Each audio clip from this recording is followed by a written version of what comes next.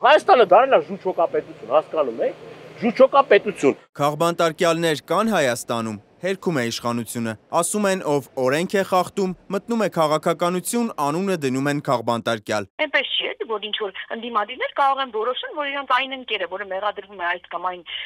մեղսագործության համար, քաղբանտարկյալ է եւ վերջ։ Տենց չի լինում, էլի։ Հիմա իրանք ում անվանում են քաղբանտարկյալ, մեկը տեսախցիկների առաջ բան է արել, ժողովրդի խուլիգանություն է կատարել, օրինակ Մասիսի համայնքապետը, արդեն վճիռ կա, դատարանի վճիռ։ Այն մյուսը դատական, օրինական կարգով արված ձայնագրությունների արդյունքում Գյումրու համայնքապետը կաշառքի մեջ է մեղադրվում։ Բոլորս լսել ենք այդ ձայնագրությունը։ Այն մյուսը 100 անգամ արդեն ասում է, այո, ես արել եմ ռազմական հեղաշրջման կոչ, նա կանգնել ասում են այնտեղ կոչ չկար, նա քաղաքական բանտարկել է, ուսեն շարունակ։ Հակոբյանի նշած ու էլի ուրիշների դիմանկարներով, պաստառներով ընդդիմությունն ակցիա էր կազմակերպել դատախազության դիմաց։ Կարծում են, որ այսօրվա իրավապահ համակարգը իշխանությունների հսկողության տակ է եւ քաղաքական պատվերներ է կատարում։ Հստակ օրինակներ կան, չէ՞։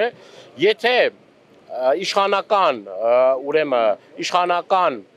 համայնքապետը բեղադրվում է քրեական գործով, ինչ քրեական գործով, այդ մարդուն անգամ խափանման միջոցի փոփոխություն չի լինում, էլի։ Լավագույն դեպքում չբացակայելու արգելք։ Իսկ ընդդիմադիր գործիչների պարագայում անմիջապես այդ մարդկանց ձերբակալում են, մասկի շոուներ են կազմակերպում եւ այլ եւ այլ։ Ինչ վերաբերվում է ազատ խոսքին, գիտեք ինչ, Հայաստանում արդեն մարդը ազատ խոսելու համար պիտի նոր քրեականացնեն ազատ խոսքի եւ խոսալու համար մարդկանց ազատ խոսքի եւ ընդդիմադիր լինելը քրեականացնեն։ Ընդդիմությունը կարծում է, որ գործող ընդդիմադիր համայնքապետ գրեթե չի մնացել, ըստ նրանց սա նշանակում է, որ իշխանությունը ժողովրդի ընտրության հետ չի համակերպվում։ Ստեղծված դրության հետ չի համակերպվում նաև երկրի երկրորդ քաղաքի կալանավորված ղեկավարը։ Ազատություն, հաղթելու ենք, չարը գնալու է, ներքին Պուտինը բռնաբարելու։ Իշխանական Հասմիկ Հակոբյանի կարծիքով քաղբանտարկյալ չեն կարող համարվել այն մարդիկ, որոնք հանցանք են գործել, իսկ ընդդիմության պնդումները քաղբանտարկյալների մասին փուչ է համարում։ Հայաստանը ամենաժողովրդավար, այդպես անընդհատ այդ միջազգային սանդղակներում առաջընթաց գրանցող խոսքի ազատության առումով տարածաշրջանում ամենաառաջադեմ երկրներից է, մամուլը մեզ մոտ այնքան ազատ է, որ մեզ մի բան էլ մեղադրում են այդ աստիճան ազատություն տալու համար։ Ընդդիմությունը, որ կարծում է գոնե այս հարցում բոլոր ուժերը պետք է միավորվեն, ասում է, որ եթե Նիկոլ Փաշինյանը իրենց բնորոշմամբ Մարսի հերթական ձերբակալությունը էլի կանի։ Փաշինյանի նորից եմ ասում, բռնություններին հակազդելու միակ ճանապարհը ժողովրդի հավաքական կամքն է։ Քանի կարա բռնի եւ մարսի, ինքը բռնելու է եւ իր իշխանությունը պահելու միակ հնարավորությունը դա է։ Այսօր ասուլիս է տվել նաև Գյումրիի քաղաքապետ Վարդան Ղուկասյանին բերման ենթարկելու օրը ձերբակալված փաստաբան Ռուբեն Մխիթարյանը։ Ասում է, ինքն իր մասնագիտական գործունեությամբ էր զբաղված, երբ իրավապահները իրեն էլ տարան։ Վերջին ժամանակները ցույց են տալիս, որ այս պահին այսպես ասացա, թիրախավորվող խմբերը, լրագրողներն ու փաստաբաններն են։ Տեսագրության մեջ ակնհայտ տեսանելի է, որ Ռուբեն Մխիթարյանը իրեն վերագրվող որևէ գործողություն, որևէ հանցավոր արարք,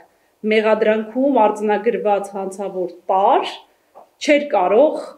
պարունակել, քանի որ Ռուբեն Մխիթարյանի գործողությունները եղել են միայն կանխարգելող բնույթի, հանդարտեցնող բնույթի եւ նման պայմաններում Ռուբեն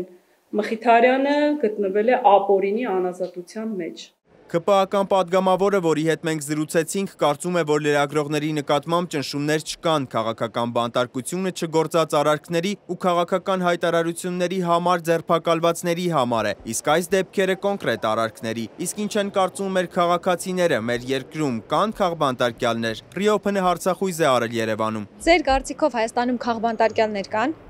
Ոչ։ Լիվ քաղբանտարկյալներ են, էլ ուրիշ կա, տելտելներ, դերհայեր,